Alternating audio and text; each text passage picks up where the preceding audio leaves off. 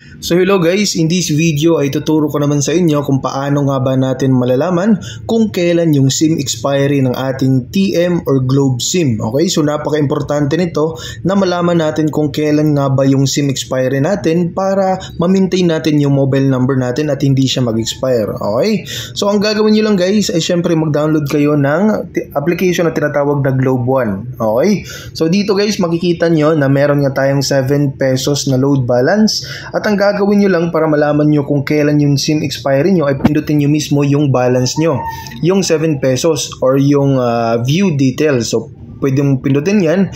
So dito guys mababasa mo, ayan, yung total load balance natin ay mag-expire sa July 15, 2025. Okay, so ito na rin yung buwan, araw, tsaka taon kung kailan mag-i-expire yung SIM natin. So kapag hindi pa tayo nag-reload, so mag-i-expire yung SIM natin. So kailangan i-maintain natin yung yung load balance para hindi siya mag-expire. Kasi sayang naman guys, kasi itong mobile number ko guys ay mag-14 years old na. Okay, so sobrang tagal na, no? So I hope na nakatulong tong video na to. Please don't forget to hit the like, subscribe at ang notification bell.